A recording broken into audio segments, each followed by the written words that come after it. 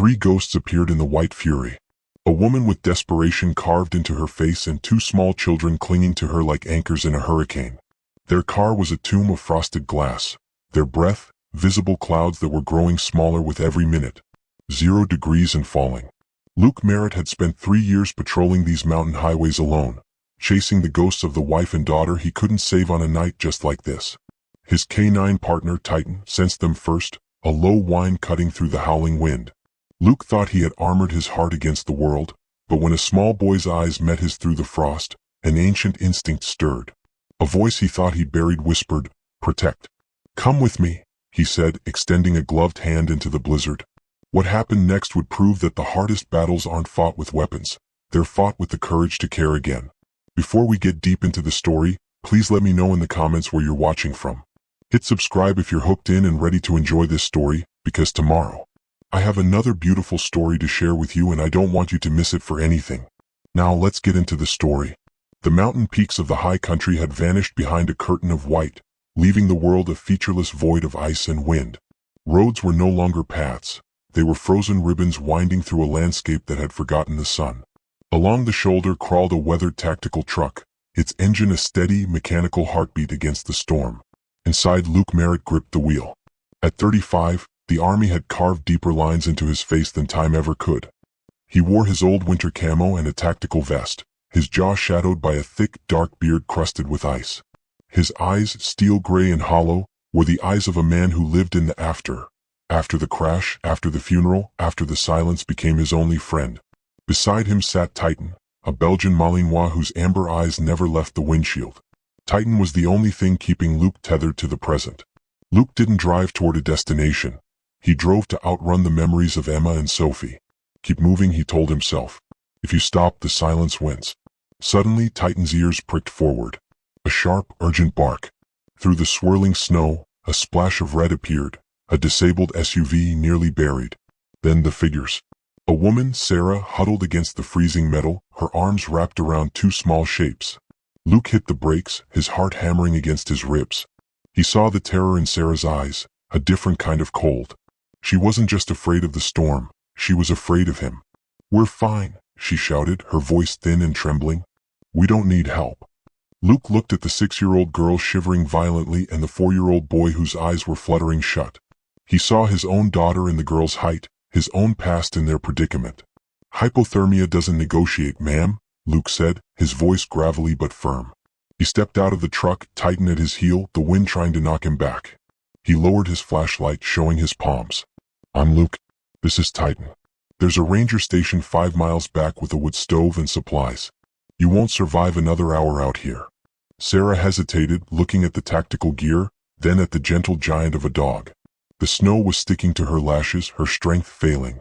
Luke extended his arm, a bridge between his frozen past and their uncertain future. "Come with me," he said, his voice dropping to a plea. "No one survives alone."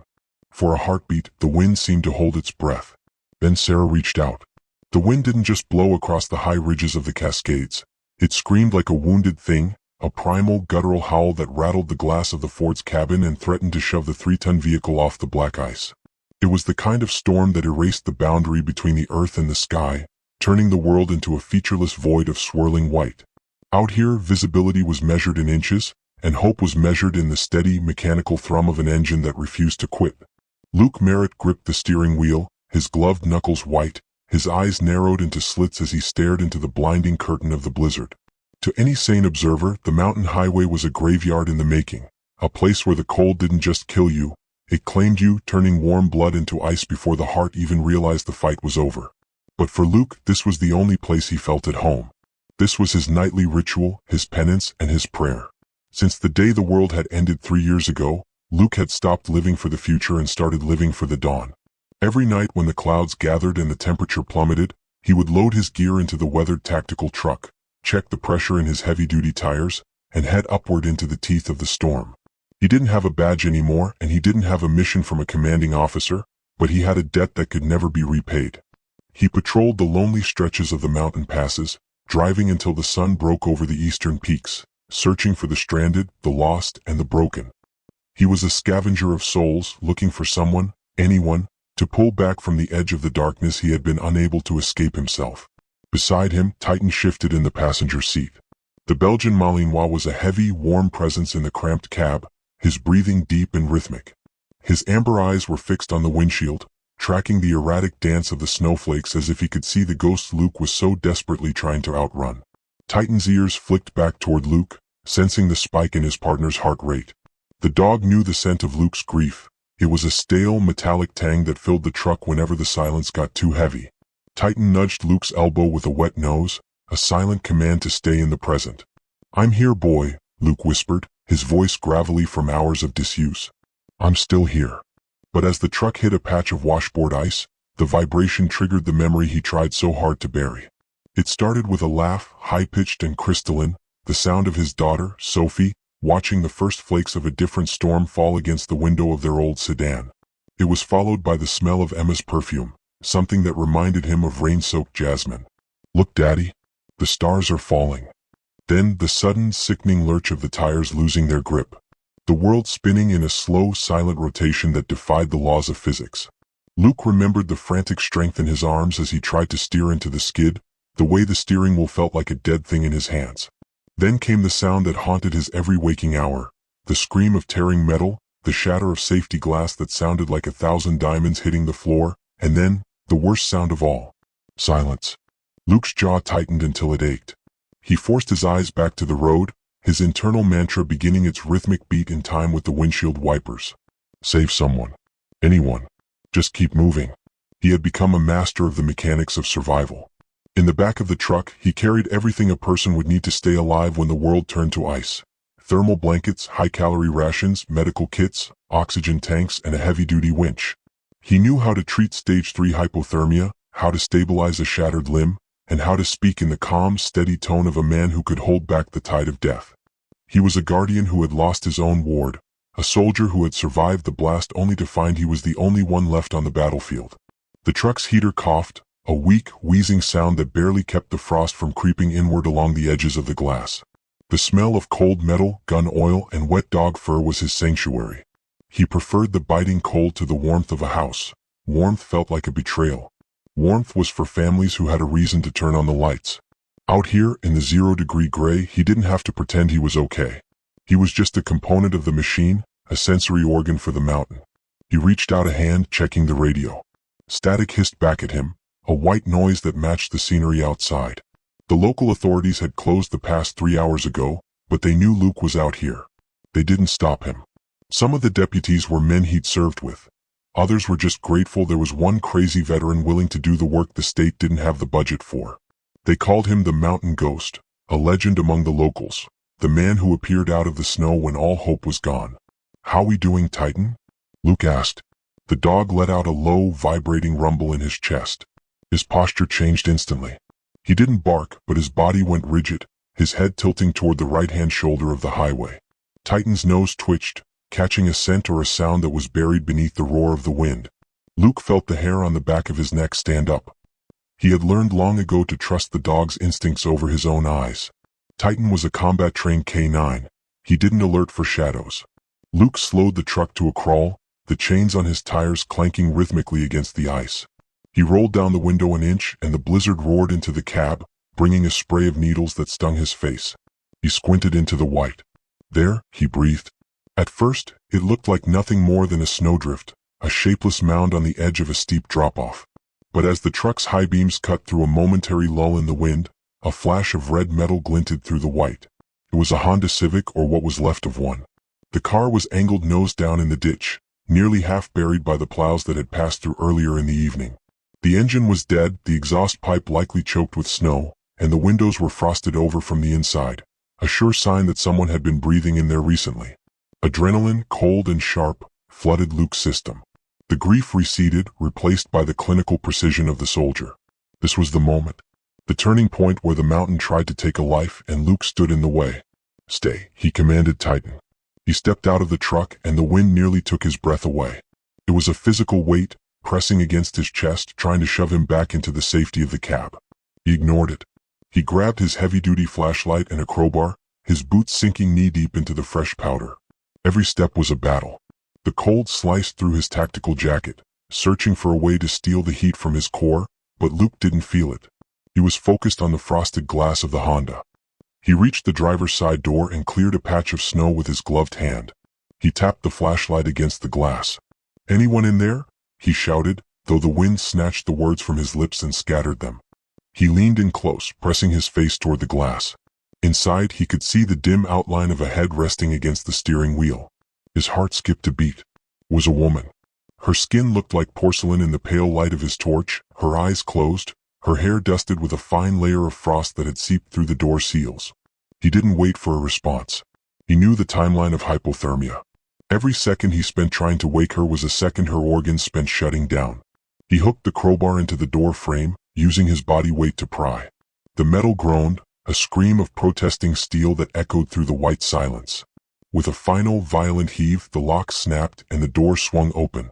The cold rushed into the car, a secondary predator, but Luke was faster. He reached in, checking the pulse at her neck. It was there, thready, slow but stubborn. "Ma'am? Can you hear me?" Her eyes fluttered open, but they were vacant, unfocused. She started to mumble something, a slurred string of words that made no sense. But then she moved her hand. She wasn't reaching for him. She was reaching toward the back seat. Luke turned his flashlight toward the rear. His breath hitched in his throat. Tucked under a pile of thin coats and a single useless beach towel were two children. A little girl, maybe 6 years old, her face buried in the neck of a younger boy who couldn't have been more than 4. They were huddled together in a desperate attempt to share what little warmth remained in their small bodies. The girl's eyes were open, staring at Luke with a terror so profound it felt like a physical blow to his chest. In that moment, the highway vanished. The blizzard disappeared. Luke wasn't a 35-year-old veteran in the Cascades. He was back in the wreckage of his own life, staring at a back seat he hadn't been able to reach in time. The girl's face mirrored the one in the photograph he kept tucked in his vest. Sophie. The thought was a lightning strike, a jolt of pure, agonizing purpose. He had spent 3 years asking why he had been allowed to live while his family was taken. He had spent 1,000 nights searching for a reason to draw his next breath. And here, in the middle of a white tomb, the mountain had finally given him its answer. He wasn't here to die. He was here because they were. "I've got you," Luke whispered, his voice thick with a sudden, fierce resolve. He reached out, not as a soldier, but as a father who had been given a second chance by a God he didn't believe in. "I've got all of you." He looked back at his truck, where Titan was already standing by the open door, watching, waiting for the command. The dog's amber eyes seemed to glow in the dark, reflecting the truth that Luke was only just beginning to accept. Sometimes you don't find your purpose. Sometimes it waits for the storm to get bad enough, the night to get dark enough, and the silence to get loud enough, until you have no choice but to see it standing right in front of you. "Titan, help." The dog leaped from the truck, a blur of fur and muscle hitting the snow, sprinting toward the wreck.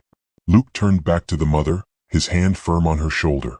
"My name is Luke," he said, injecting every ounce of his training into his voice to make it an anchor for her.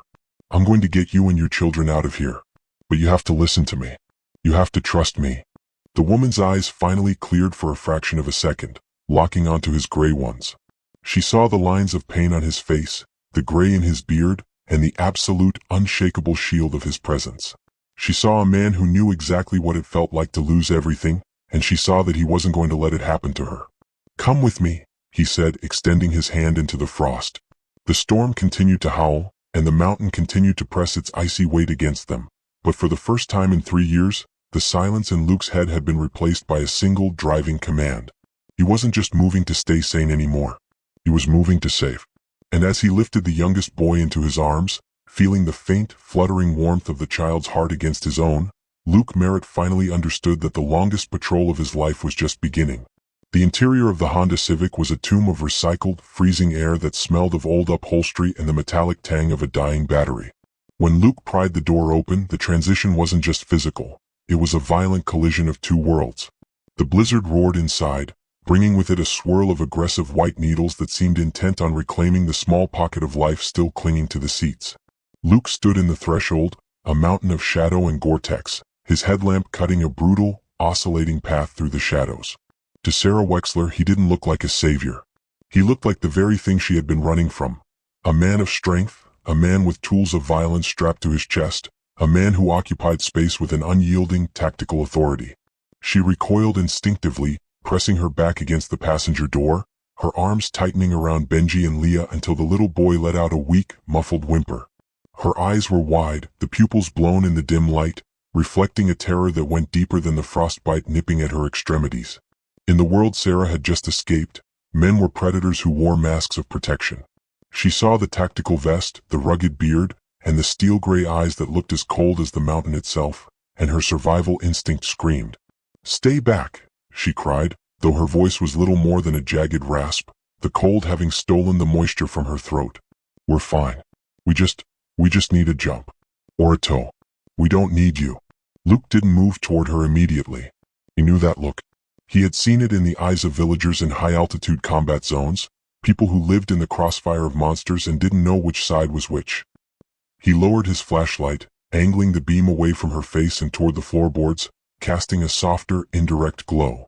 He kept his hands visible, palms open, even as the wind tried to knock him off balance.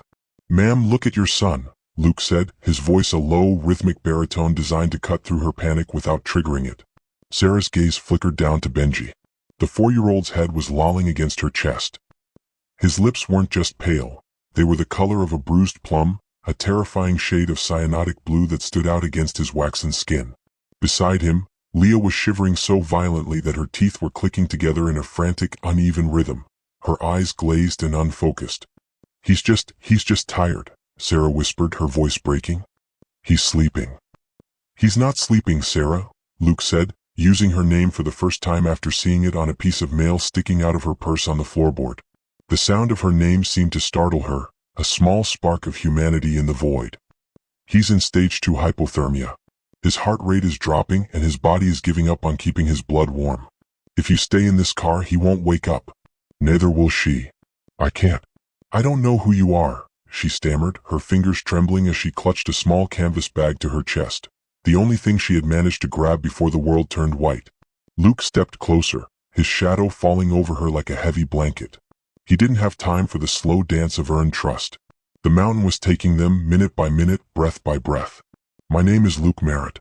I'm an Army veteran and a mountain recovery specialist. I have a heated truck 10 feet away with medical-grade blankets and a K9 partner who is better at this than I am. I'm not asking you to trust me because I'm a good man. I'm asking you to trust me because the storm is going to kill your children in 30 minutes if you don't."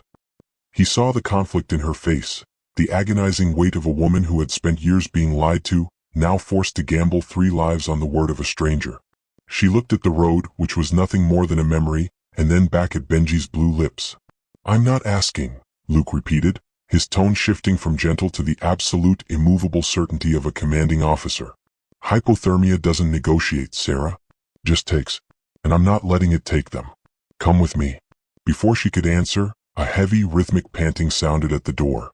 Titan leaned his massive head into the car. The Belgian Malinois didn't bark, he didn't growl. He simply looked at the children with a profound, quiet intelligence. He moved with a grace that was entirely different from Luke's mechanical precision. Titan nudged his wet nose against Benji's limp hand, let out a soft, huffing sound, and then began to lick the boy's fingers. The warmth of the dog's tongue seemed to trigger a primal reaction. Benji's fingers twitched and he let out a tiny, shivering gasp. Leah, seeing the dog, reached out with a trembling hand, her fingers disappearing into Titan's thick, honey-colored fur. "Doggy," she whispered, the first word she'd spoken since the crash. The sight of the dog seemed to act as a bridge across the chasm of Sarah's fear. There was something undeniably honest about an animal. Titan looked at her with amber eyes that held no malice, only a focused, guardian-like concern. The first crack in Sarah's resistance finally split open, and the tears she had been holding back began to track down her frozen cheeks. "Okay," she breathed, a sob racking her frame. "Okay, help them. Please." The transition was a blur of calculated movement. Luke didn't wait for her to move on her own. He reached in and lifted Benji out of the seat as if the boy weighed nothing at all. He tucked the child against his chest, shielding him from the wind with his own body. He barked a command to Titan, and the dog stood guard as Luke guided Leah and a stumbling Sarah through the knee-deep powder toward the idling Ford. The wind tried to tear them apart. It was a physical wall, a screaming entity that didn't want its prizes to escape. Sarah's legs gave out halfway to the truck, her boots slipping on a hidden patch of black ice, but Luke's free hand was there, gripping her arm with the strength of a winch, hauling her upright. He didn't let her fall. He couldn't let her fall. When they reached the truck, the door swung open and the blast of the heater hit them like a physical embrace. Luke settled Benji into the passenger seat, which he had already covered in a self-heating thermal pad, and ushered Sarah and Leah into the back. Titan leaped in after them, immediately curling his large, warm body around the children's legs. Luke slammed the door, and the silence that followed was deafening.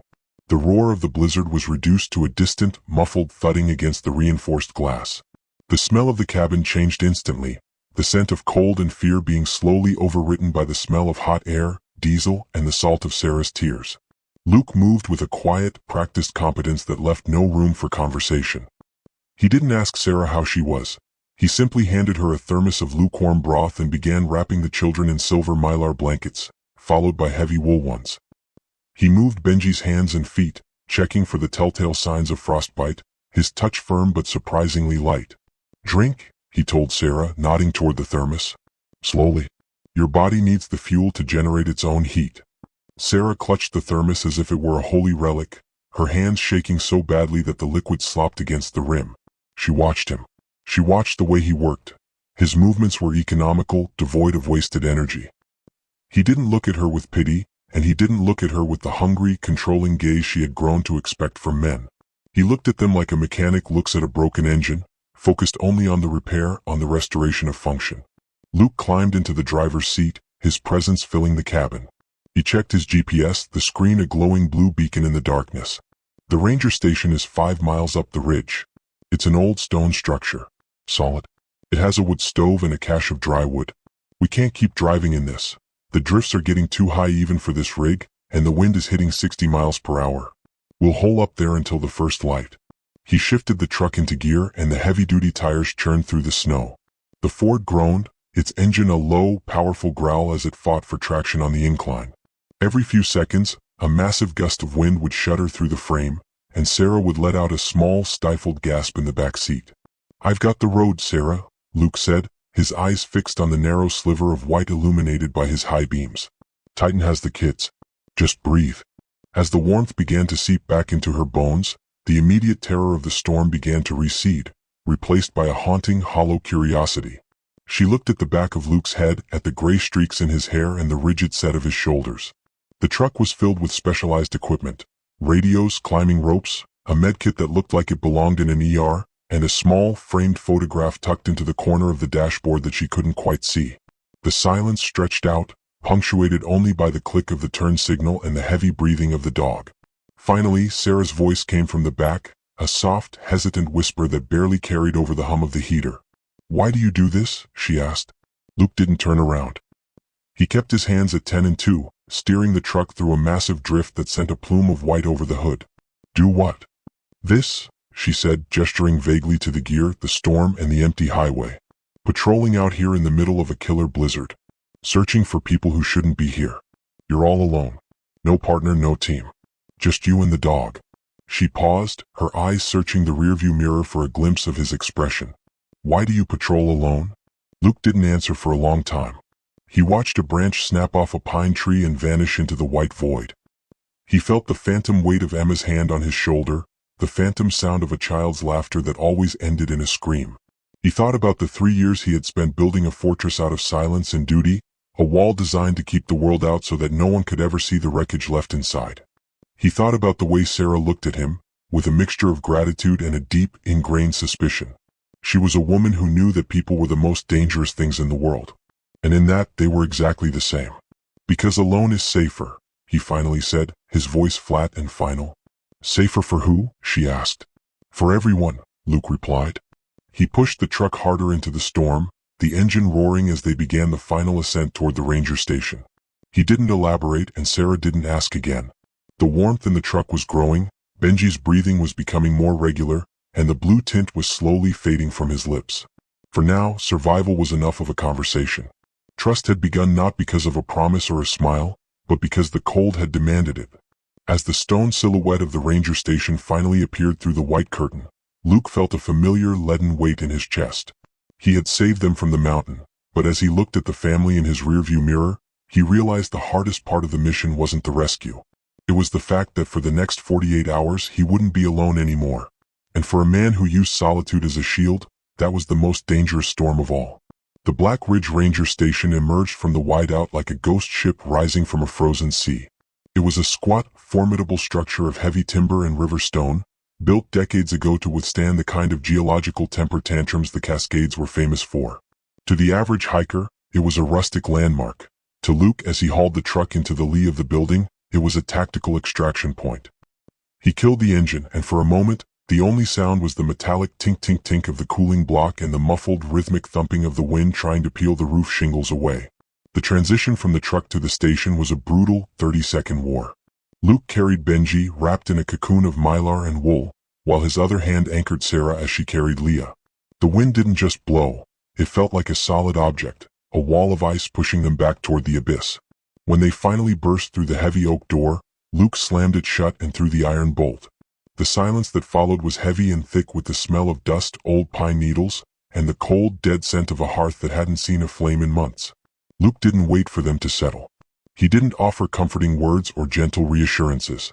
He moved with a mechanical, military precision that was as jarring as it was efficient. He was a man composed of checklists and protocols, using the ritual of survival to keep the encroaching shadows of his own mind at bay. He directed Sarah to a moth-eaten sofa near the great stone fireplace and immediately set to work. Within minutes he had cleared the old ash and was building a top-down fire, heavy logs on the bottom, kindling on top, designed to catch quickly and burn long. He struck a match, the sulfurous scent sparking a momentary flashback to a different night, a different fire, but he crushed the thought before it could take root. He watched the first orange tongues of flame lick the dry cedar. "Stay here. Don't move until the air warms up," he commanded, his voice a low, rough rasp in the cavernous room. Sarah watched him, her eyes tracking his every movement with a mixture of awe and residual wariness. She had seen men move with purpose before, but it was usually a purpose that centered on themselves. Luke was different. He moved like a ghost in his own life, a sentinel who existed only to serve the needs of the perimeter. He moved to the corner of the room where a supply cache was kept, his gloved hands moving over the plastic bins with practiced ease. He didn't fumble. He didn't hesitate. He accounted for every calorie, every ounce of fluid, and every BTU of heat. He returned with a small portable butane stove and 2 cans of high-protein beef stew. As the blue flame hissed into life, the sound seemed to anchor the room. The flickering orange light from the fireplace began to push back the oppressive shadows, painting the stone walls in hues of copper and gold. Luke moved to the children next. He knelt before Benji, who was beginning to stir, his skin losing that terrifying marble whiteness. With the gentleness of a man who had once handled fragile things, Luke checked the boy's capillary refill, pressing a thumb against his small nail bed and watching the blood rush back. "He's crossing the line," Luke muttered, more to himself than Sarah. "Core temp is rising." He draped a fresh, heavy thermal blanket over both children, and then signaled to Titan. The dog, understanding the silent command, stepped onto the sofa and lay down between Leah and Benji. Titan was a furnace of muscle and fur, his resting heart rate a steady, calming drumbeat. Leah immediately buried her face in the dog's neck, her small hands clutching his collar.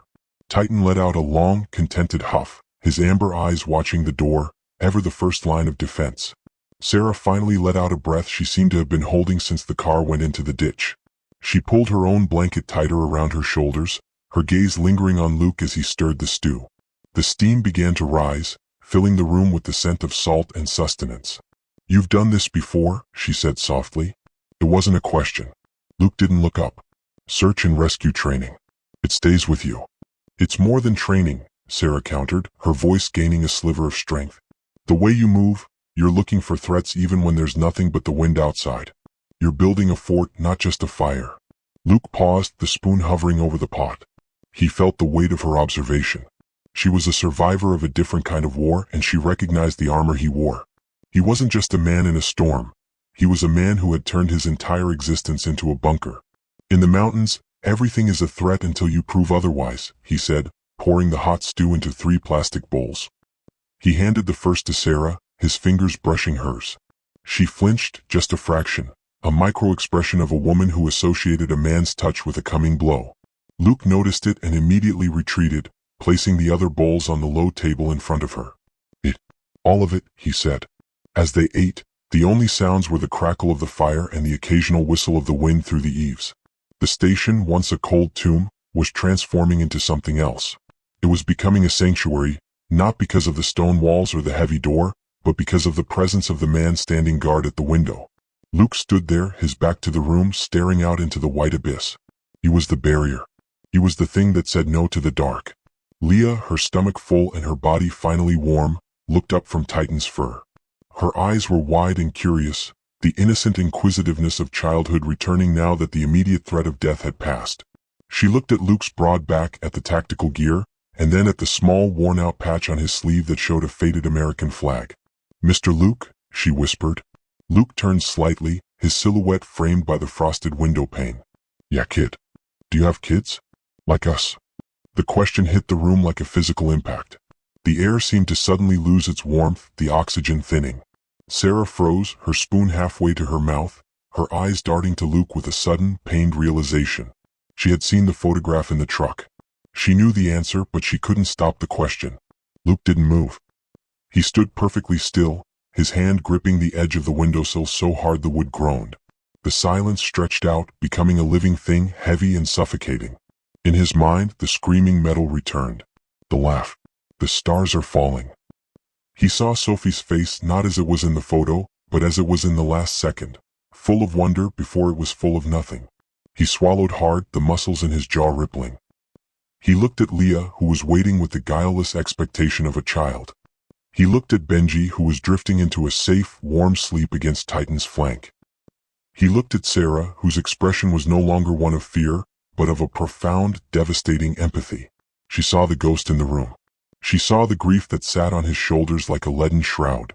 "I did," Luke finally said, his voice a jagged whisper that seemed to crack the very air. "Once." He didn't elaborate. He didn't offer names or ages. He simply turned back to the window, his posture returning to that of a stone gargoyle. The silence that followed wasn't uncomfortable. It was a shared weight. Sarah didn't push. She didn't offer the empty platitudes that people usually gave to the bereaved, the "they're in a better place," or "time heals all wounds." She knew those were lies. She knew that some losses didn't heal, they just became part of the geography of a person's soul. She looked at her own children, then at the man who had pulled them from the grave, and she understood. He wasn't saving them to be a hero. He was saving them because it was the only way he knew how to keep his own heart beating. Luke stood there for a long time, watching the snow pile up against the glass. He realized with a sudden and terrifying clarity that he hadn't run. For 3 years, whenever the memory got too close, he would drive. He would move. He would find a reason to be somewhere else, to be in motion, to be anywhere but present. But tonight he was trapped. He was in a room with a mother and 2 children who looked far too much like the life he had lost. He could hear their breathing. He could smell the soup and the wood smoke. He could feel the gravity of their existence drawing him in, threatening to breach the perimeter he had spent so long building. He looked at Titan, who looked back at him with a steady, unwavering gaze. The dog knew. Titan had been there for the crash. He had been the one to pull Luke from the wreckage when Luke had wanted to stay and burn. Titan was the only one who knew that Luke wasn't just guarding the family from the storm outside. He was guarding himself from the man he used to be.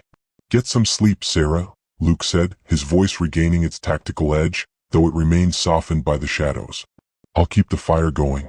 I'm not going anywhere." As Sarah tucked the children in and laid her head back against the sofa, she felt a sense of safety that had nothing to do with the strength of the building. Sanctuary, she realized, wasn't a place. It was the presence of a man who was willing to stand between the lost and the dark, even when he was lost himself.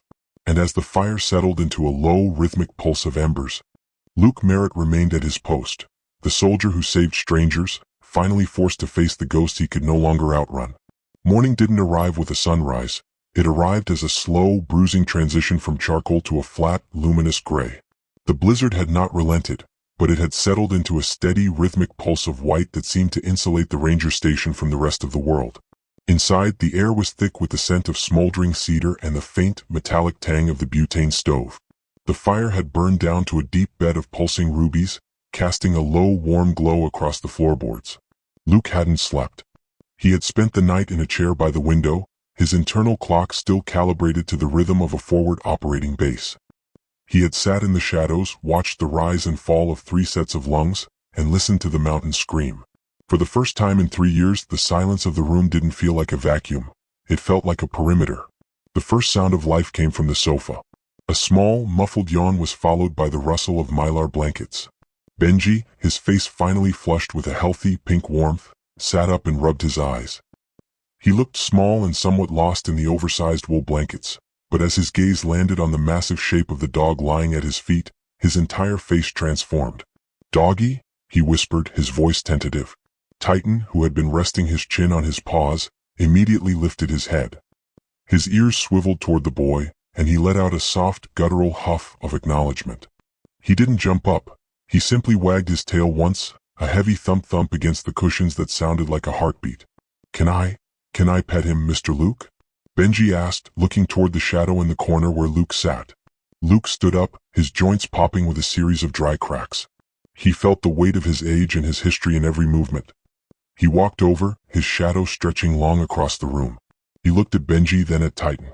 Usually, Titan was a tool, a weapon of detection and deterrent. But watching the boy's hand reach out, trembling slightly with excitement rather than cold, Luke felt a strange, uncomfortable softening in his chest. "Go ahead, Benji," Luke said, his voice a low rumble. "He's a good boy. Just stay away from his ears, he's sensitive there." The boy buried his hands in Titan's thick, honey-colored ruff. The dog leaned into the touch, closing his eyes and letting out a long, satisfied sigh. Luke watched them for a moment too long, his mind drifting back to a similar scene in a living room that no longer existed. He blinked the memory away and turned toward the supply bin. "Breakfast," he announced, his voice regaining its tactical flat line. By the time Sarah and Leah stirred, Luke had the small butane stove hissing. He was preparing a makeshift breakfast of oatmeal enriched with dried fruit and honey from his emergency stores.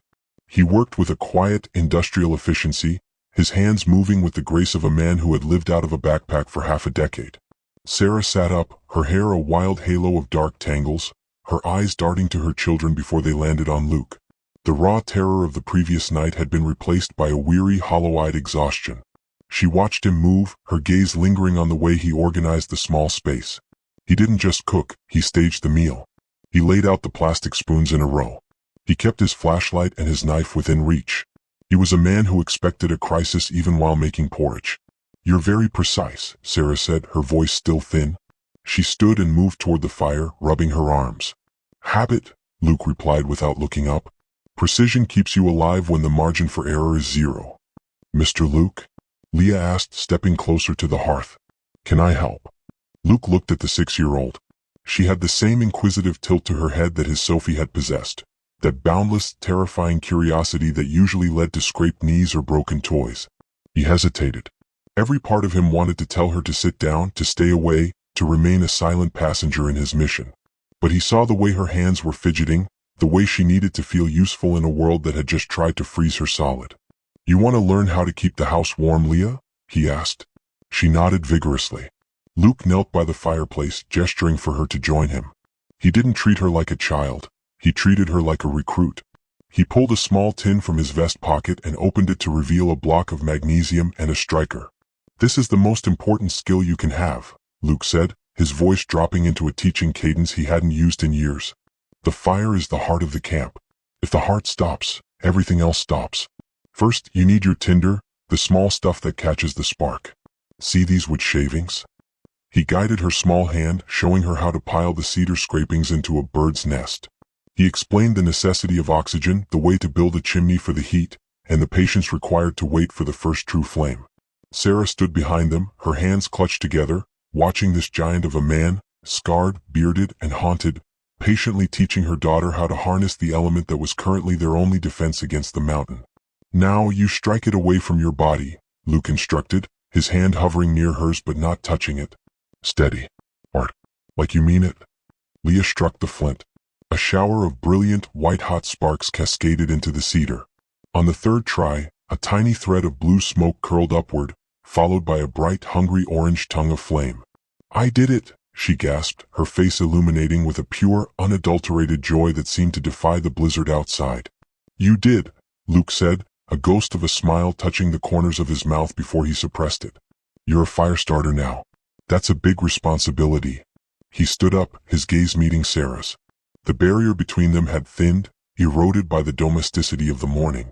As they sat on the floor around the low table, eating the hot oatmeal, the silence was no longer heavy.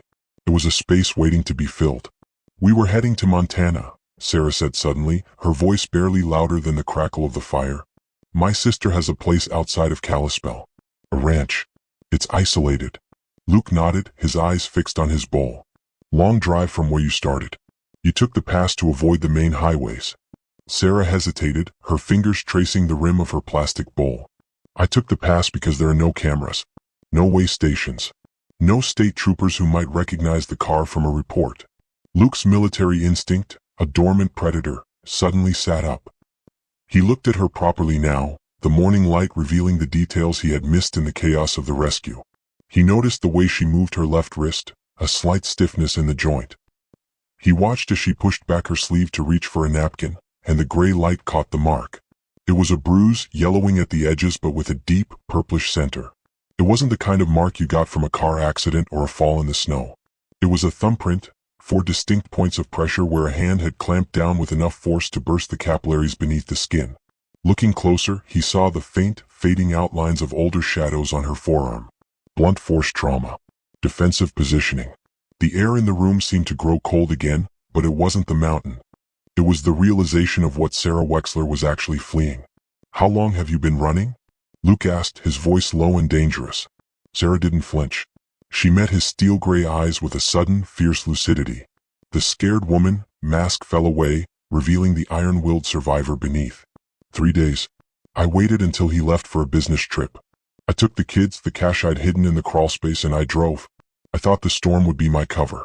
I thought nobody would be crazy enough to be out on the ridge. His name? Luke asked. Marcus, she whispered. He's not a man who accepts being left behind. He calls himself a collector. He says people belong to him. Luke felt a familiar, cold burn in his gut, the same feeling he'd had before a night raid in Kandahar. The mission had changed. He wasn't just fighting the weather anymore. He was back in the business of protection, but this time the enemy had a name. Does he know where you're going? Luke asked, his mind already calculating distances, fuel reserves, and tactical advantages. A single tear escaped Sarah's eye, tracking through the dust on her cheek. He knows everything, Luke. He's a high-level security consultant for the tech firms. He has access to things, pings, trackers. He always finds me. Last time I only made it to Boise. He was waiting in the kitchen when I got to the safe house. She looked at her children, who were playing a quiet game of find the dog's tail on the rug. Her voice trembled, a hairline fracture in her resolve. He told me if I ever ran again he wouldn't just bring me back. He said he'd make sure I had nothing left to come back to. Luke looked at the bruises on her wrists. He looked at the fire Leah had started. He looked at Benji, who was laughing as Titan licked his ear. He saw the structure of a family, fragile, broken, and beautiful, and he saw the shadow of a man who wanted to dismantle it. He thought of the family he hadn't been able to protect. He thought of the 3 years he had spent as a ghost, patrolling a highway in a desperate, futile attempt to trade a stranger's life for the ones he'd lost. He realized then that he had been waiting for this. He hadn't been searching for people to save. He had been searching for a fight worth winning. He's not going to find you here, Luke said. Sarah shook her head, a hopeless gesture. You don't understand. Men like him, they don't stop. He'll hire people. He'll track the car. He'll find out who you are. Luke stood up, his full height reclaiming the room. He reached into his vest and pulled out his encrypted satellite phone. He checked the signal, weak but present. He began a series of silent, rapid-fire texts to the few men he still trusted in the world, men who lived in the shadows and dealt in the currency of disappeared people. He walked over to Sarah and knelt in front of her, forcing her to look at him. He didn't offer a comforting pat or a soft word. He offered the only thing he had left, his word as a soldier. I spent 10 years in the Special Forces, Sarah, he said, his voice as steady as the stone walls of the station. I've guarded ambassadors, I've hunted monsters, and I've survived things that make this blizzard look like a spring rain. I lost my family because of a patch of ice in a moment of bad luck. I couldn't fight that. I couldn't shoot the wind, and I couldn't outrun the gravity. He leaned in closer, his gaze boring into hers. But your husband? He's flesh and blood. He's a man. And I know exactly how to deal with men who think they can own other people. The surprise in his own voice startled him. He hadn't expected the words to come out with such ferocity. He hadn't expected to feel the old, familiar weight of a promise settling into his bones. Protection wasn't an obligation he was performing to balance the scales of his soul anymore. was a choice. "He's not going to touch you," Luke said. "Not this time." Sarah stared at him, the silence of the room suddenly vibrating with the force of his conviction. For the first time in her life, she didn't see a man who wanted something from her. She saw a man who was offering himself as a shield, not because he had to, but because he was the only one who could. "Why?" she whispered. "You don't even know us." Luke stood up and looked out at the white abyss. He thought of Emma's laugh and Sophie's falling stars. He thought of the long, cold nights of his own isolation. "Because," Luke said, his voice echoing in the timber rafters, "no one survives alone. And it's time I started living like I believe that." Outside, the wind let out a particularly violent shriek, rattling the heavy oak door. But inside, the fire was burning bright, the dog was on watch, and for the first time in 3 years, Luke Merritt wasn't patrolling for ghosts. He was standing guard for the living. The fragile trust between a broken soldier and a fleeing mother had been forged in the morning light, a bond as cold and hard as the mountain stone, and twice as difficult to break. The mid-morning light was a deceptive thing. It filtered through the frost-crusted windows of the ranger station in flat, gray slats, illuminating the dust motes dancing in the air like microscopic shards of ice. Outside, the blizzard had transitioned from a screaming tantrum to a relentless, heavy smothering. The world was being erased, layer by layer, until only the stone and timber of their sanctuary remained. Inside, the fire hummed a low, rhythmic tune, and the smell of cedar smoke had settled into the very fabric of their clothes. Luke was occupied with the meticulous maintenance of his gear. He sat on a low wooden stool near the hearth, his large hands moving with practiced, unconscious rhythm as he stripped and cleaned a portable winch. He was a man who found peace in the mechanical, in things that could be taken apart, oiled, and put back together. People were complicated, machines were honest. He didn't look at Sarah as she moved around the small kitchen area, organizing the meager supplies he had salvaged from the truck. Sarah was looking for a whetstone or a sharpening steel, something to help with the stubborn lids of the old tins, when her hand brushed against a heavy, canvas-wrapped bundle tucked into the corner of Luke's rucksack. It was a weather-beaten folder, the edges frayed and stained by years of exposure. As she moved it to reach a canister of salt, a small, laminated square slipped from the folds and fluttered to the floor, landing face up on the rug. The room seemed to go silent before she even reached for it. Titan, lying by the fire, lifted his head, his ears twitching as he sensed the sudden shift in the atmospheric pressure of the room. Sarah knelt and picked up the photograph. It was a candid shot, taken in a garden that looked vibrant and impossibly green compared to the white void outside the windows. A woman with hair the color of autumn leaves was laughing, her head thrown back, while a little girl, no older than Leah, clung to her neck, her face scrunched up in a fit of giggles. They were radiant. They looked like they were made of sunlight. The woman had a familiar kindness in her eyes, and the girl had a small, crooked front tooth that gave her a look of perpetual mischief. "She has your eyes," Sarah whispered. Luke's hands stopped moving. The winch sat half-assembled on his lap, a cold, dead weight. He didn't look up, but his shoulders rose and fell with a breath that sounded like a tectonic plate shifting. The silence stretched out, becoming a living thing that crowded the space between them. "Her name was Sophie," Luke said, his voice so low it was almost lost to the crackle of the fire. "The woman was Emma. My wife." Sarah stepped closer, holding the photo with the reverence one might show a holy relic.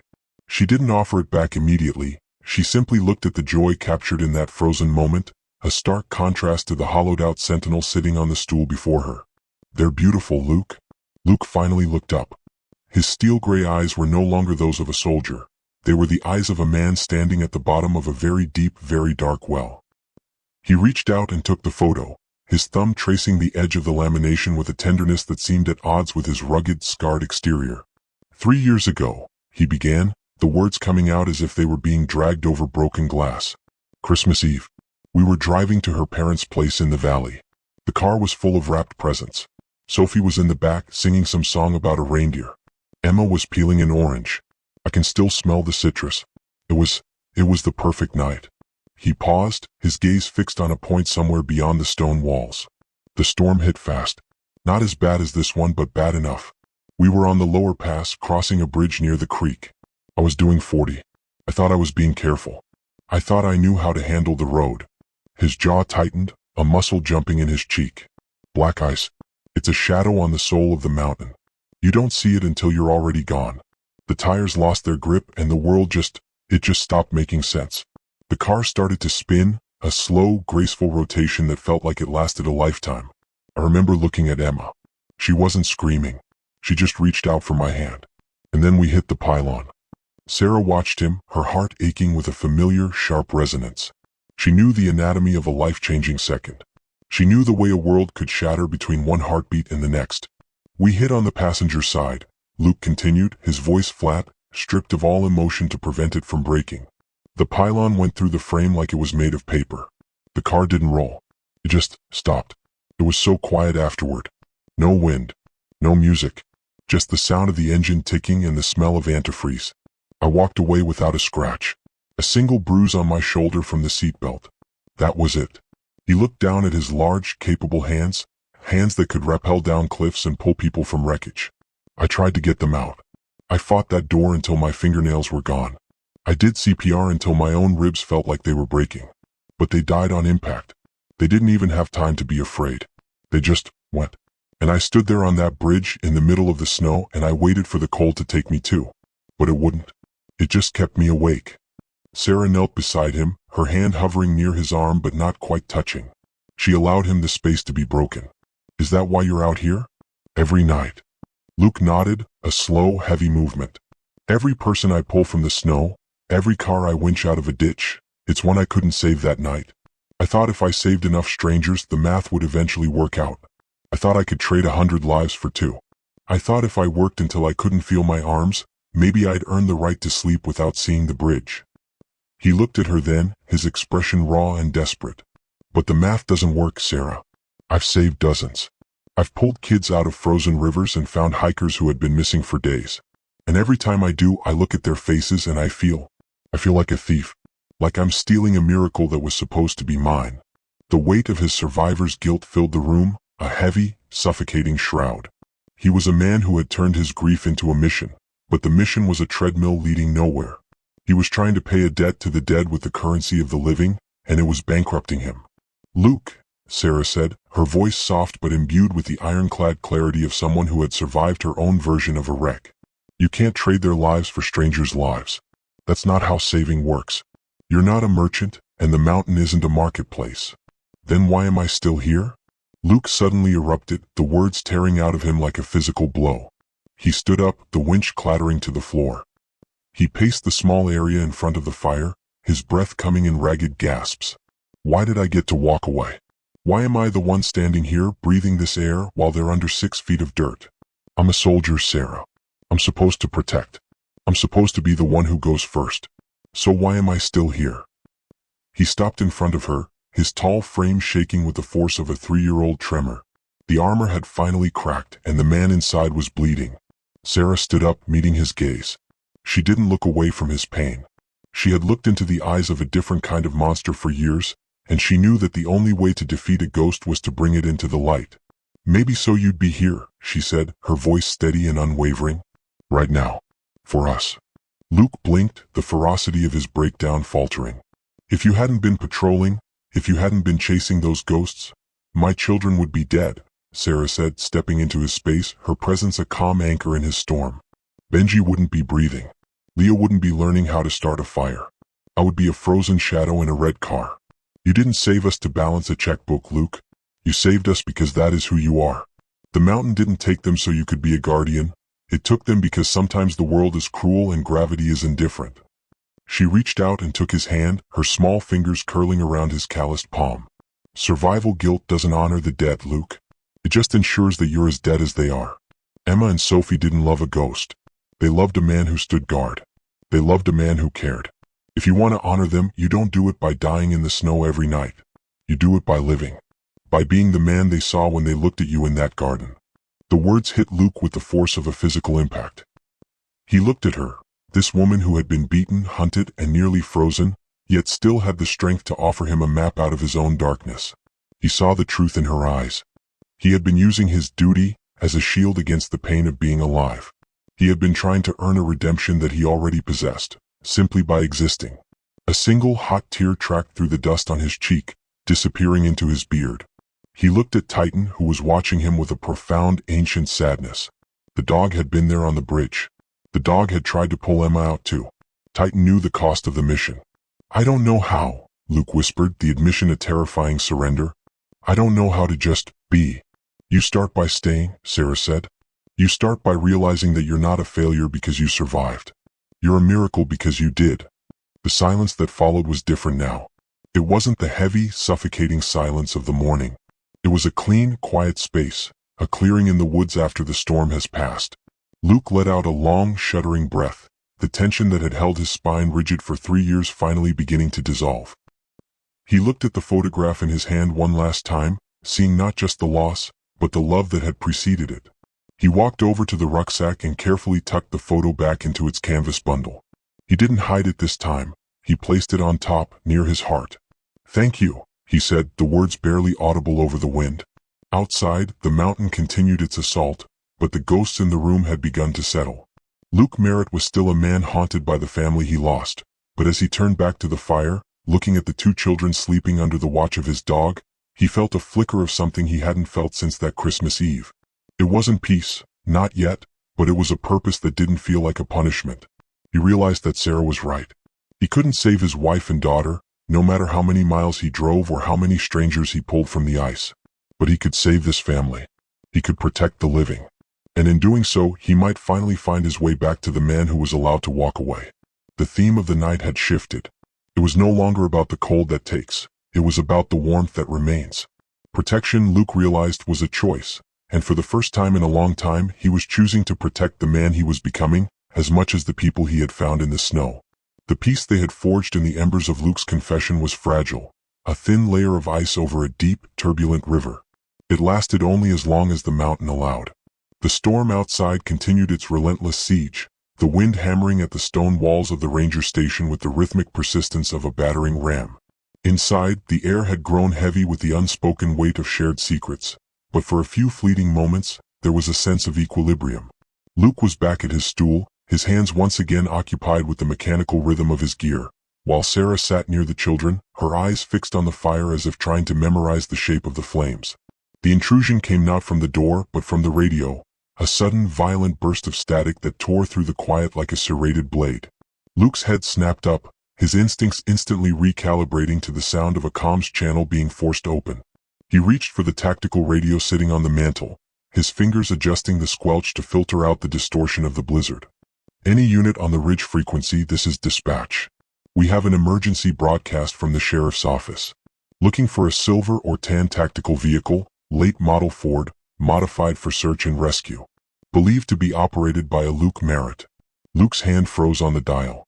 Beside him, Titan let out a low, vibrating growl, his ears pinned back against his skull. Sarah stood up, her face draining of the little color it had regained. She looked at the radio, then at Luke, her breath hitching in a series of short, panicked gasps. The voice on the other end was clear now. It was Deputy Miller, a man Luke had shared coffee with only 3 days prior. But the tone was different. It was professional, detached, and underscored by a terrible, bureaucratic urgency. Be advised, Merritt is considered armed and dangerous. We have a report of a kidnapping in progress. A Sarah Wexler and 2 minor children were abducted from a disabled vehicle approximately 5 miles south of the summit. The reporting party is the husband, Marcus Wexler. He states Merritt interfered with a private family matter and took the victims against their will under the guise of a rescue. If sighted, do not engage. Monitor and report location. The husband is currently in the area and is assisting with the search. The silence that followed the click of the radio was more terrifying than the broadcast itself. Sarah's legs seemed to give out, and she sank back onto the sofa, her hands covering her mouth to stifle a scream. The children, sensing the sudden spike in the room's tension, stopped their play. Benji crawled closer to Titan, while Leah looked at Luke with wide, searching eyes. He did it, Sarah whispered, the words trembling with a devastating finality. He's turned the world against us. He's made you the monster. Luke didn't answer immediately. He was processing the tactical reality of the situation. Marcus wasn't just coming. He had weaponized the authorities. By reporting a kidnapping, he had ensured that every official channel would be looking for Luke's truck, turning his sanctuary into a cage. But there was something else, something that didn't fit. How does he know I'm the one who has you? Luke asked, his voice low and clinical. The sheriff's office wouldn't have my name unless Marcus gave it to them. And he couldn't have seen me. The snow was too thick. He looked at the red SUV in his mind, half buried in the ditch. He looked at the way Sarah had clutched her small canvas bag. He looked at the gear he had hauled into the station. Then, his gaze landed on Sarah's purse, sitting on the edge of the table. "Your phone?" Luke said, the realization hitting him like a physical blow.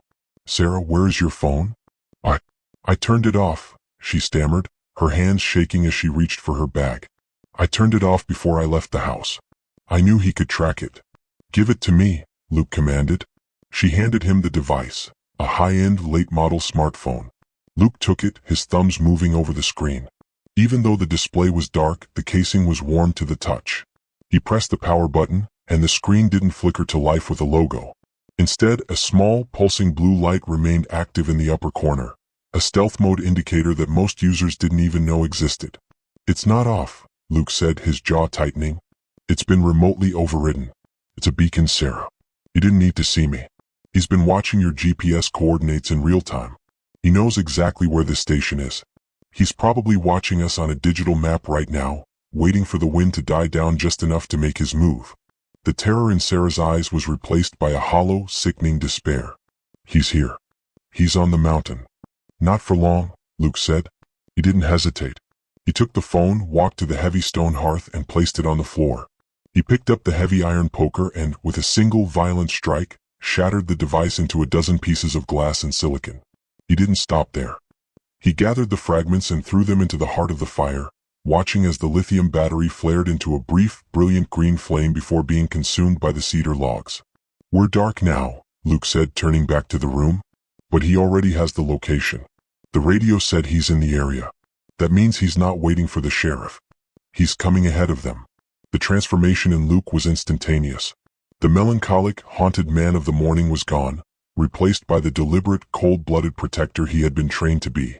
He moved across the room, his boots thudding with a new, aggressive purpose. He began to secure the perimeter, checking the locks on the heavy oak doors and the shutters on the windows.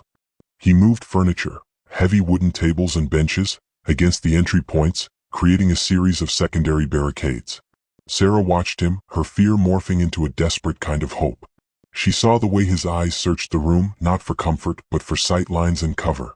He was no longer a man waiting to die. He was a man preparing for a siege. "He won't come alone," Sarah said, her voice small. "He has people. Men who work for his firm.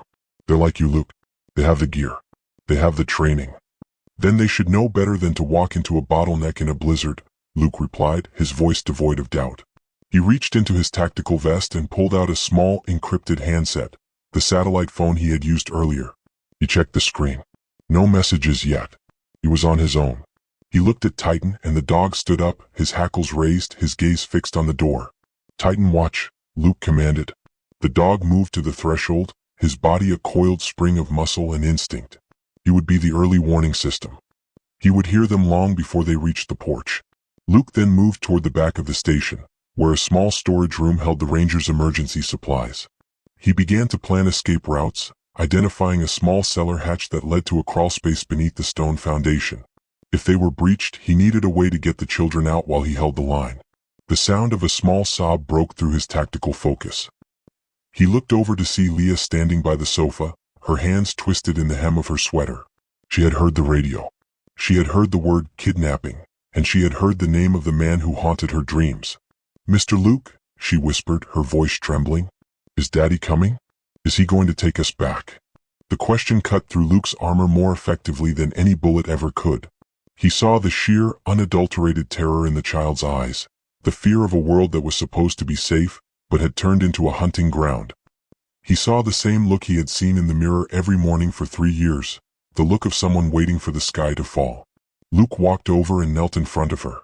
He was a massive man, draped in tactical nylon and the scent of wood smoke, but he made himself small.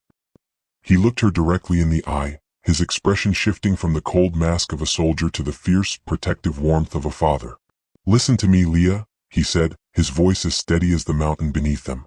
"I'm going to tell you a secret about this place. These walls are made of stone that has been here for 100 years. This door is thicker than any door in the city. And this dog? This dog is the bravest soldier I've ever known." He reached out and gently tucked a stray lock of hair behind her ear. "Your daddy is a man who thinks the world belongs to him. But the mountain doesn't care what he thinks. And I don't care what he thinks. I made a promise to your mother, and I'm making one to you. He leaned in closer, his gaze unshakable. I won't let anyone hurt you. Do you understand? No matter who they are, and no matter how hard they knock on that door. You are safe here. That's a promise. Leah stared at him for a long beat, her breathing slowing as she searched his face for a lie. She didn't find one. She saw the man who had pulled her from the red car. She saw the man who had taught her how to start a fire. She saw a guardian. Okay, she whispered, her small hand reaching out to touch the flag patch on his shoulder. I believe you. Luke stood up, the weight of that promise settling into his marrow. He turned to Sarah, who was watching him with a look of profound, tearful gratitude. Sometimes the storm outside is less dangerous than the one following you, Luke said, gesturing toward the windows where the whiteout continued to roar. But the thing about storms is that they eventually run out of breath. We just have to be the one still standing when the wind stops. He walked back to the window, peering through a small gap in the shutters. The visibility was still near zero, a wall of white chaos that seemed to swallow all light. But Luke knew the geography of the ridge. He knew the one trail that a vehicle could attempt in this weather, and he knew where the shadows would be thickest. He wasn't just a soldier who saved strangers anymore. He was a man with a perimeter to defend and a family to protect. The reluctant guardian had been consumed by the deliberate protector, and as he checked the slide on his sidearm, the click of the metal sounded like a period at the end of a sentence. The call had changed everything. It had stripped away the ambiguity of his mission and replaced it with a singular, driving purpose. Luke Merritt had been searching for a way to live again, and the mountain had given him an answer. It wasn't through penance or through miles of lonely highway. It was through the courage to stand his ground. Get the kids into the back room, Sarah, Luke said, his eyes never leaving the window. Block the door from the inside. Don't come out until I say Titan's name. No matter what you hear. Sarah nodded, her resolve hardening to match his. She gathered Benji and Leah, moving them toward the small office in the rear of the station. As the door closed behind them, Luke felt the silence of the room expand, filled only by the low, predatory breathing of the dog at his side. He was alone in the main room now, a silhouette against the dying fire. He adjusted his vest, checked his watch, and waited. The blizzard outside continued to scream, a white fury that hid the world, but Luke knew the truth. The real storm wasn't the snow or the wind. The real storm was a man who thought he could take what didn't belong to him. And Luke Merritt was the wall the storm was about to hit. The evening didn't fall so much as it congealed, the gray light of the afternoon curdling into a thick, impenetrable obsidian. Inside the Black Ridge Ranger Station, the fire had become a living thing, the only heart beating in a world of ice. The stone walls, once a comfort, now felt like the interior of a vault. Luke sat by the window, his silhouette a jagged edge against the frosted glass, his eyes scanning the white void for a flicker of artificial light that shouldn't be there. He was a man suspended between two wars, the one outside with Marcus and the one inside that had been raging for 3 years. In the back room, the children were restless. The adrenaline of the rescue had long since faded, replaced by the heavy, claustrophobic weight of being trapped in a strange place while the wind shrieked like a banshee through the eaves. Benji was fussy, his small hands clutching the edge of the wool blanket, his eyes wide and searching for something that felt like home. Leah sat beside him, her role as the protective older sister beginning to fray at the edges. Mr. Luke? Benji's voice drifted through the open doorway, small and uncertain. Luke didn't move at first. He was listening to the mountain, trying to distinguish the groan of shifting snow from the rumble of an internal combustion engine. He didn't want to break his vigil. He didn't want to step back into the circle of warmth where the vulnerabilities of childhood lay bare. Mr. Luke? Benji repeated, a bit louder this time. Can you tell us a story? Mom says you know the mountain. Do the animals have stories? Luke closed his eyes, a slow, pained movement. He hadn't told a story in 3 years. Stories were for a life that had a beginning, a middle, and a happy ending. His story had ended on a bridge with the smell of antifreeze and the sound of silence. He looked at Titan, who was lying across the threshold of the back room. The dog looked up at him, his amber eyes reflecting the firelight, urging him to move. Go on, Sarah's voice came from the shadows of the kitchen area. She was leaning against the doorframe, her face pale but her eyes steady. They need to hear something other than the wind, Luke. We all do. Luke stood up, his joints protesting the movement. He felt like a machine that was being asked to perform a function it had long ago deleted from its programming. He walked into the back room and scanned the dusty shelves of the ranger's office. His hand landed on a tattered, cloth-bound book titled Legends of the High Ridge. The cover was stained with water, and the pages were yellowed with age.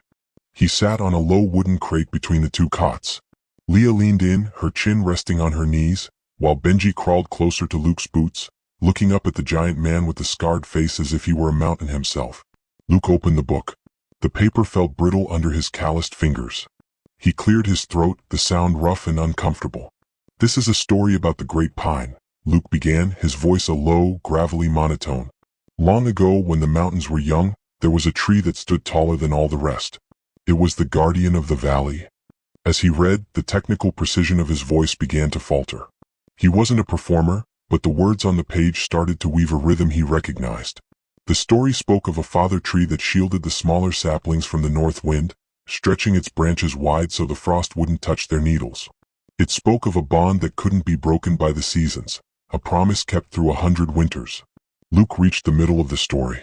His thumb traced a line of text, and the great pine whispered to the smallest branch, "As long as I stand, you shall never know the cold, for my heart is your hearth." The words hit a tripwire in his soul. His voice cracked, a sharp, sudden fracture in the middle of the sentence. He stopped. The image of Sophie flashed before him, not the girl in the garden, but the girl in the back seat, the one he hadn't been able to shield. He saw the way her small hand had looked under the dome light of the car, reaching for a father who was powerless to stop the world from spinning. He tried to force the next word out, but his throat had closed, a knot of grief tightening until he couldn't breathe. The book trembled in his hands. He looked at Leah, and for a terrifying second he didn't see Sarah's daughter. He saw the ghost of his own. I can't," Luke whispered. He stood up abruptly, the book falling to the floor with a dull thud. He didn't look at Sarah. He didn't look at the confused, frightened faces of the children. He turned and walked out of the room, his boots pounding a frantic rhythm on the floorboards. He didn't stop in the main room. He grabbed his heavy coat, threw the bolt on the side door, and stepped out into the blizzard. The cold hit him like a physical blow, and for once he welcomed it. He needed the pain. He needed the air to be so sharp it burned his lungs, something to distract him from the agonizing heat in his chest. He walked into the lee of the station, where the snow was drifting waist-high. He leaned his forehead against the rough, frozen stone of the wall and let out a sound that wasn't a cry or a shout. It was a low, animalistic keen of pure, unadulterated loss. He wept silently, his body shaking with the force of a 3-year-old tremor that had finally broken the surface. The tears froze on his cheeks almost instantly, turning into jagged shards of ice. He felt the weight of every person he'd saved, every mile he'd driven, and every night he'd spent waiting for the mountain to take him back. "Luke?" The voice was soft, barely audible over the roar of the wind, but it cut through his paralysis. He didn't turn around. He couldn't. He didn't want her to see the wreckage. Sarah stepped into the circle of his grief. She didn't stay back, and she didn't offer a platitude.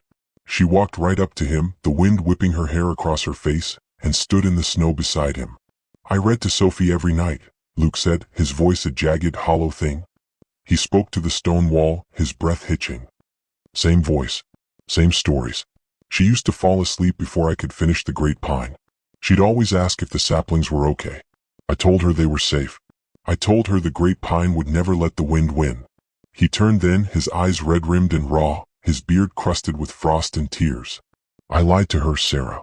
I couldn't keep the wind away. I couldn't keep her warm. And now I'm sitting in there reading those same words to your children, and it feels like a betrayal. It feels like I'm wearing a dead man's skin. Sarah reached out, her gloved hand resting on his arm. She didn't flinch at the intensity of his gaze. Then she's here with you, Luke. Every time you read to them, you're not betraying her. You're honoring the part of yourself that she loved the most. You're giving them the gift she had, even if it was for a short time. Luke shook his head, a desperate, frantic movement. No, you don't understand. I'm terrified, Sarah. He stepped closer to her, his shadow looming over her in the dark. I've spent 3 years in the dark. I was comfortable there. I was a ghost. I didn't have to feel anything because I didn't have anything left to lose. But now, I look at Benji. I look at Leah. I look at you. And I feel the walls coming down. I feel the armor cracking. He gripped her shoulders, his voice dropping to a terrified whisper. What if I care? What if I let myself believe that I have a reason to stay? What if I care about you and something happens? The mountain, Marcus, a patch of ice. I can't survive that again, Sarah. I've already been to the bottom of the well. If I fall back in, there's no coming out. Sarah looked up at him, her face illuminated by the faint orange glow leaking from the station's windows. She didn't offer him a lie about safety. She knew better than anyone that safety was an illusion. "You're already carrying Luke," she said, her voice a calm anchor in his storm. "You saved us the moment you stopped your truck. You didn't do that out of duty. You didn't do that because of a checklist. You did it because you couldn't stand to see the light go out of the world again.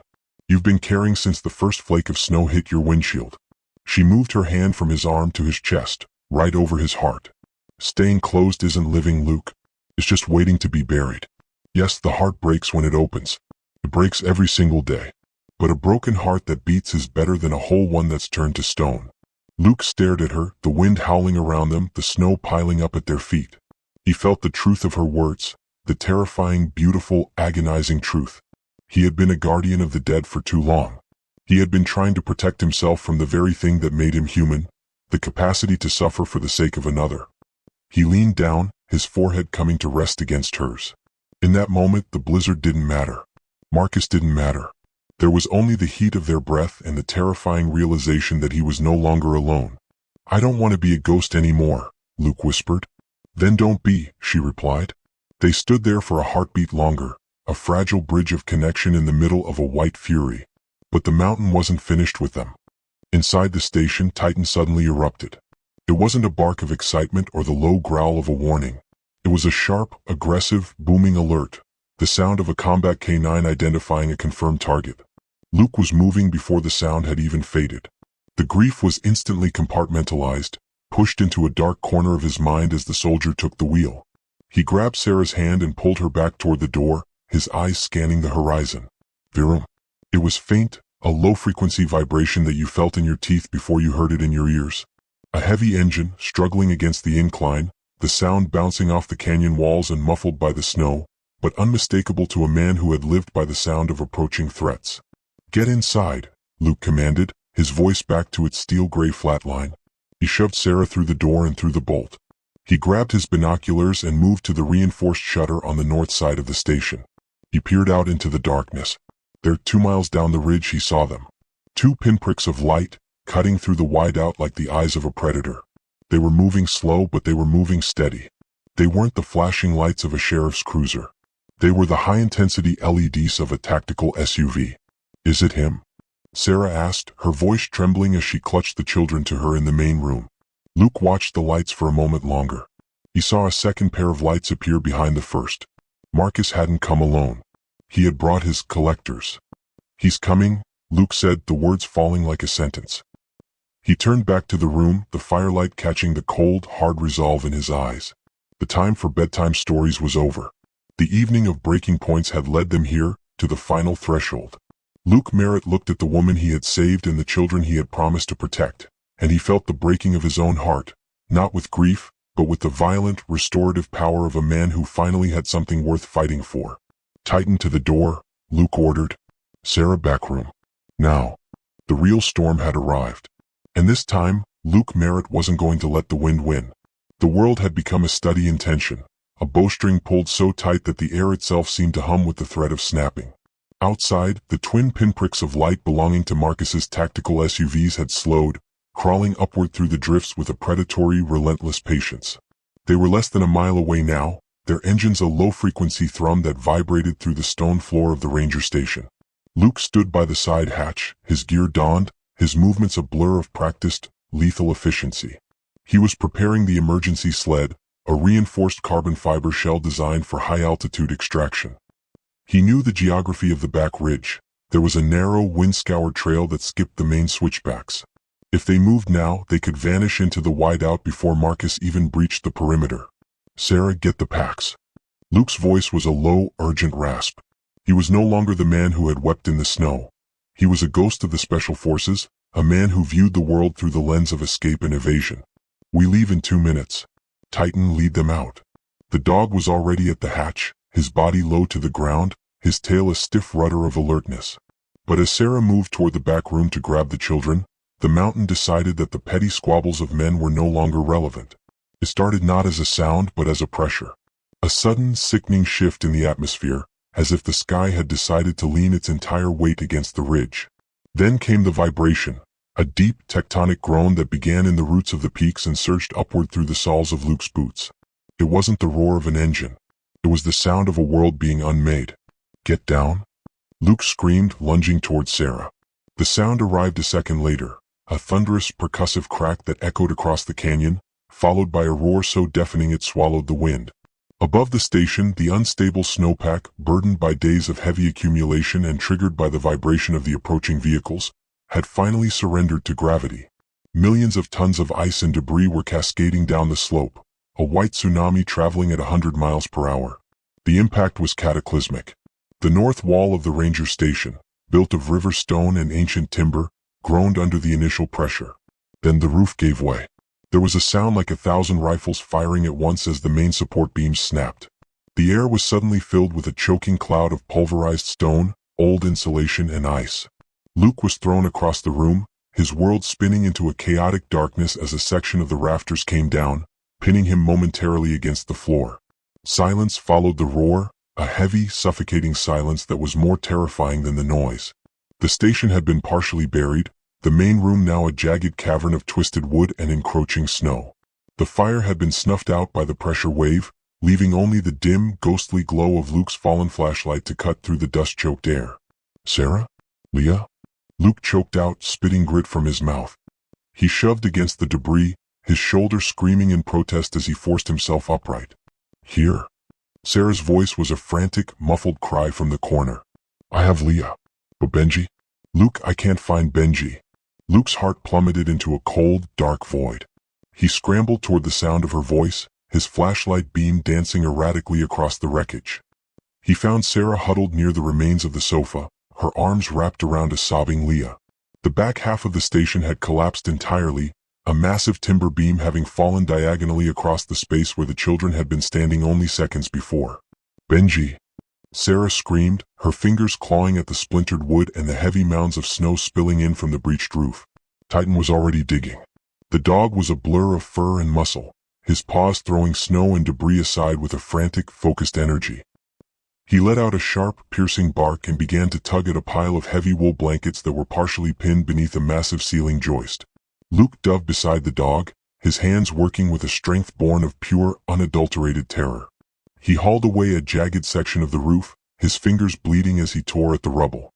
Underneath the blankets, partially shielded by the angle of the fallen beam but buried under a foot of fresh snow, was Benji. The boy was unnervingly still.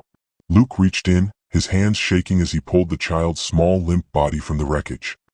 He laid him on a clear patch of floor, the flashlight beam illuminating a scene that sent a jagged shard of ice through Luke's soul. Benji's face was the color of a winter sky, a pale, translucent blue. His eyes were closed, his small chest motionless. "He's not breathing," Sarah whispered, the words a jagged edge of despair. "Luke, he's not breathing." In that moment, the ranger station vanished. The smell of cedar and stone was replaced by the metallic tang of antifreeze and the scent of rain-soaked jasmine. The dim light of the flashlight became the flickering dome light of a crumpled sedan on a bridge 3 years ago. Luke wasn't holding Sarah's son. He was holding Sophie.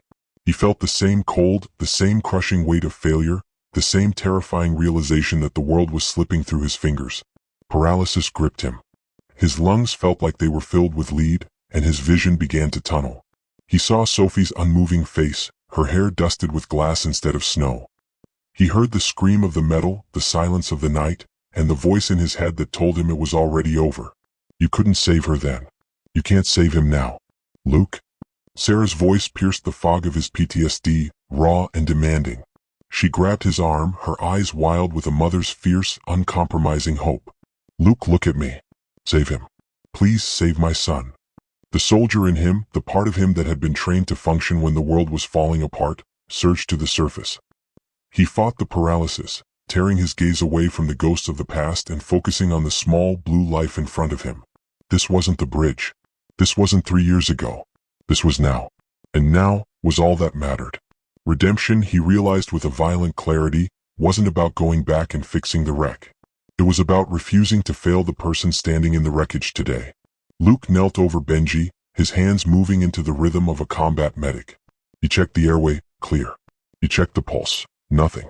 Not again, Luke hissed through clenched teeth, his voice a growl of defiance directed at the mountain, at Marcus, and at death itself. Not today. Not this time. He placed the heel of his hand on the center of Benji's small chest. 1, 2, 3, 4. The compressions were rhythmic, steady, the sound of his hands against the boy's sternum echoing in the hollowed-out room. 5, 6, 7. He leaned down, tilted the boy's head back, and gave 2 quick, forceful breaths. The taste of cold and dust was on his lips, but he didn't care. He was breathing for the child, forcing his own life into the boy's lungs. "Breathe, Benji," he whispered. "Come on, kid. Don't you dare go. Breathe." Sarah was on her knees beside them, her hands clasped in a silent, agonizing prayer, her tears dripping onto the snow. Leah was huddled against Titan, her small voice a rhythmic sob of, "Wake up, Benji. Wake up." Titan was pacing a tight circle, his whines sharp and frantic, as if he were trying to pull the boy back from the edge with the sheer force of his will. Luke went back to the compressions. His arms were burning, his injured shoulder screaming, but he didn't feel the pain. He was a machine of restoration. 1, 2, 3, 4. In his mind, he saw Sophie's face again. But this time he didn't turn away. He looked at her and he saw her smiling. He felt her hand on his, guiding his rhythm. "It's okay, Daddy," the ghost whispered. "You can save this one. Breathe." Luke roared, the sound echoing through the ruins of the station. He gave 2 more breaths. He felt the resistance in the boy's lungs, the cold weight of the collapse pressing down. He went back to the chest, his compressions faster now, more desperate. He was fighting a war on a floor made of ice, and he refused to surrender a single inch of ground. "I won't let you have him," Luke shouted at the shadows. "Not again.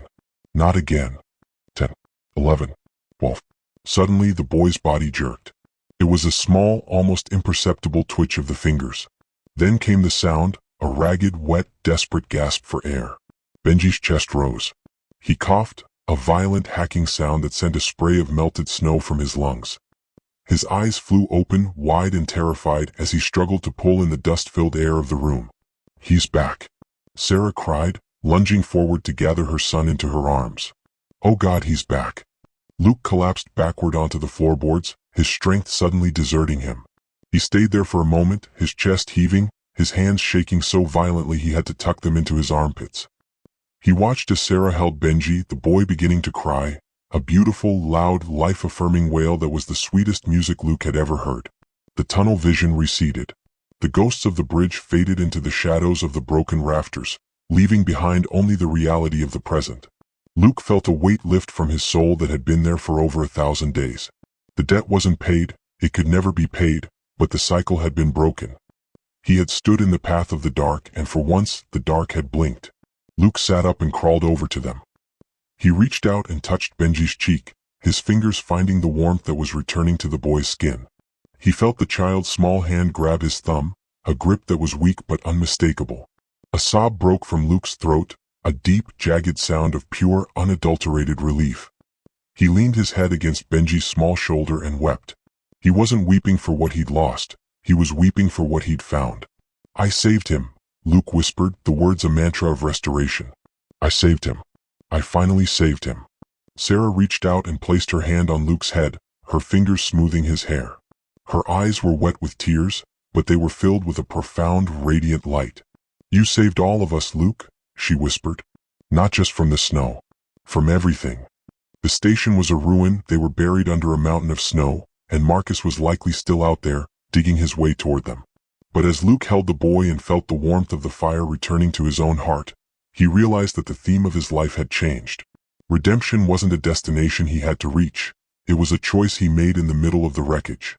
It was the refusal to let the past dictate the outcome of the present.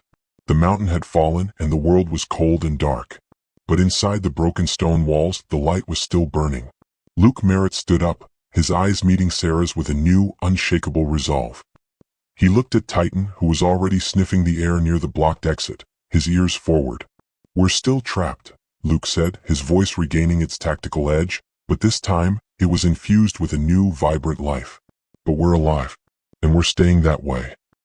He reached for his crowbar, the metal cold and familiar in his hand. He looked at the family he had found in the storm, and for the first time in 3 years, he didn't feel like a ghost.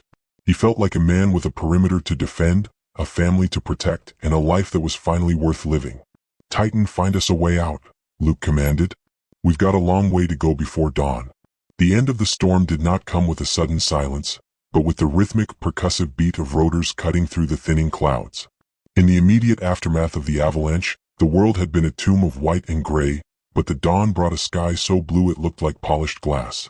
The rescue teams, National Guard units and local search and rescue crews, had found the ranger station not by GPS, but by the sight of a lone Belgian Malinois standing atop a mound of debris, barking a defiant, high-pitched signal into the morning air. Luke had spent those final hours in the dark, his hands raw and bleeding from digging a breathing hole for the children. When the first shovel hit the stone above them, he didn't feel relief. He felt a strange, lingering vigilance. He had watched as the rescuers pulled Sarah, Benji, and Leah from the wreckage, and he had remained in the shadows of the collapsed timber until he was certain they were safe. The confrontation with the law had been brief but charged. Down at the roadblock, Marcus Wexler had been waiting, his face a mask of faux concern as he directed his private security team. But the mountain had left a trail that even a high-level consultant couldn't erase. The deputies, many of whom were veterans who recognized Luke's name and the specialized gear on his truck, weren't interested in Marcus's stories of kidnapping. Sarah had handed over the canvas bag she'd clutched through the storm. It contained years of documented abuse, hospital records, and the restraining order Marcus had bypassed by tracking her phone. As the handcuffs clicked around Marcus's wrists, Luke had stood by his truck, Titan at his heel. A state trooper, a man Luke had served with in the 10th Mountain Division years ago, had walked over and squeezed his shoulder. There were no questions about why Luke was on the ridge. There was only a silent, profound respect for a man who had stood guard when the world fell down. 3 months later, the world was a different color. The high passes were still capped with the stubborn remnants of winter, but the valley had surrendered to spring. The scent of damp earth and blooming elderberry filled the air, replacing the sterile, metallic tang of the blizzard. Luke drove his Ford, now refurbished and bearing a new, professional emblem on the door, down a quiet residential street in a town 3 hours south of the ridge. This was a place of fences, gardens, and safety, a town where the mountain was a distant, beautiful backdrop rather than a predatory god. He pulled up to a small, blue-shingled house at the end of a cul-de-sac. It was a house with a porch swing and a yard that was currently being patrolled by a very familiar dog. Titan was in full flight, his honey-colored fur gleaming in the afternoon sun as he chased a tennis ball launched by a squealing Benji. Leah was right behind them, her hair braided and her cheeks full of color. They looked nothing like the pale, frozen ghost Luke had pulled from the Honda Civic. They looked like children who believed the world was a safe place to play. Luke climbed out of the truck, his movements more fluid now, the rigid tension of his spine having softened into a steady, grounded strength. He stood by the gate for a moment, watching. He felt a phantom weight on his shoulder, not the crushing weight of a fallen beam or the leaden shroud of guilt, but something light and warm. "You're going to just stand there all day, or are you coming in?" Sarah stood on the porch, a tray of lemonade in her hands. She wore a simple sundress, the yellow fabric a bright splash against the blue of the house. The bruises on her wrists were gone, replaced by the healthy, tan glow of a woman who spent her days in the sun instead of in the shadows. She smiled at him, and for the first time, the smile reached her eyes, clear and uncomplicated. Luke hesitated, his hand on the latch. For 3 years he had lived in the outside. He had been the man on the ridge, the man in the truck, the man who stayed at the perimeter. Entering a home, a space of domesticity and shared meals, still felt like a threshold he wasn't sure he deserved to cross. "Come on, Mr. Luke," Benji shouted, sprinting over and grabbing Luke's hand. Titan followed, nudging Luke's leg with his head, a silent command to stop thinking and start living. Luke let the boy lead him toward the porch. "I brought the paperwork for the new program," he said to Sarah, his voice still a low rumble but lacking the jagged edges of the winter. "The county board approved it. The Mountain Guardian program is officially a go. We'll have 3 teams, full-time patrols, and a dedicated dispatch. No one will have to wait for a ghost to find them anymore." Sarah set the tray down and looked at him, her expression softening. "It's a good thing, Luke. You're turning that ridge into a sanctuary instead of a graveyard. Emma and Sophie, they'd be proud of that." Luke nodded, looking toward the distant peaks. He didn't flinch at their names anymore. "I think so. I think I'm finally doing it for the right reasons. Not to pay a debt. Just to be the man who stops." Leah ran up to him then, holding a piece of paper that was slightly crinkled at the edges. "I made this for you at school," she said, thrusting it into his hand. Luke looked down at the drawing. It was rendered in bright, bold crayons. It showed a giant man in a camo jacket, a large dog with a very long tail and a red car. Above the figures, Leah had written in careful, slightly slanted letters, "My hero and his dog." Luke felt a sudden sharp heat behind his eyes. He folded the paper carefully and tucked it into the pocket of his vest, right next to the photograph of his own family. "I'll keep this in the truck, Leah. It'll be my new map." They sat on the porch as the sun began its long, golden descent toward the horizon. Sarah watched the children play for a long time before she turned to Luke. "You know," she said quietly, her voice a gentle thread in the evening air, "when you found us on that road, I thought you were just another man who wanted to control the situation. I thought you were part of the storm. But you gave us more than shelter that night, Luke. You gave us proof that good men exist. You gave us a reason to stop running." Luke looked at his hands, the scars on his knuckles having faded into thin white lines. He thought of the 48 hours they had spent in the station at the end of the world. He thought of the bridge, the crash, and the 3 years of silence. "I didn't save you, Sarah," Luke said, his voice thick with a sudden, profound realization. "I mean, I pulled you out of the snow, sure. But you gave me permission to live again. You showed me that the heart doesn't have to stay closed just because it's been broken. You were the miracle, not me." Sarah reached out and squeezed his hand, her fingers interlacing with his. "Miracles aren't divine interventions, Luke. They're just humans who choose to stop and say, 'Come with me.' That's all any of us really need." They sat in the quiet of the spring evening, a veteran who had found his way home and a mother who had found her peace. The silence between them was no longer a void, it was a conversation. An hour later, as the first stars began to pierce the purple velvet of the twilight, Luke stood up to leave. He had a patrol shift starting at midnight, not a solitary search for ghosts, but a structured mission to protect the pass. "I'll be back next weekend," Luke promised, ruffling Benji's hair and giving Titan a final pat. "We'll work on those knots, Leah, like we talked about." "We'll be here," Sarah said, standing at the top of the steps. Luke walked back to his truck, feeling the weight of the drawing in his pocket and the warmth of the evening on his skin. He climbed into the driver's seat and started the engine. Titan leaped into the passenger side, settling his chin on the dashboard as he always did. As Luke pulled away, he looked in the rearview mirror. He saw the house, the light in the window, and the silhouette of the family standing on the porch. Titan looked back, too, let out a single soft whine of understanding, and then turned his gaze forward toward the road. Luke gripped the steering wheel, his eyes fixed on the horizon where the sun was dipping below the edge of the world. For 3 years he had been driving into the dark, fleeing a past he couldn't change. But tonight, as the truck climbed toward the high country, he felt a different kind of momentum. "Emma and Sophie didn't die so I could stop living," he thought, the words finally settling into his soul with the weight of a fundamental truth. "They lived so I'd know how. They gave me the map. They gave me the heart. And they gave me the strength to say those 3 words to someone else." He wasn't a ghost anymore. He was a guardian. The truck's high beams cut through the gathering shadows, illuminating the road ahead. Luke Merritt wasn't fleeing into the winter. He was heading home, even if home was a mountain pass and a life spent standing between the lost and the dark. The final image of the night was the silhouette of the tactical truck driving into the vibrant, burning colors of the sunset. A man and his dog, no longer searching for redemption, because they had finally learned that it was something you carried with you all along. The mountain remained, eternal and indifferent, but in the valley below, the flowers were blooming, the children were sleeping, and the soldier was finally at peace. Soldiers like Luke carry a weight we will never fully understand. He was willing to give his last breath to save a stranger's son. A hero like that deserves to be heard, not ignored. It takes Luke a lifetime of courage to stay on that mountain, but it only takes you a second to subscribe and like.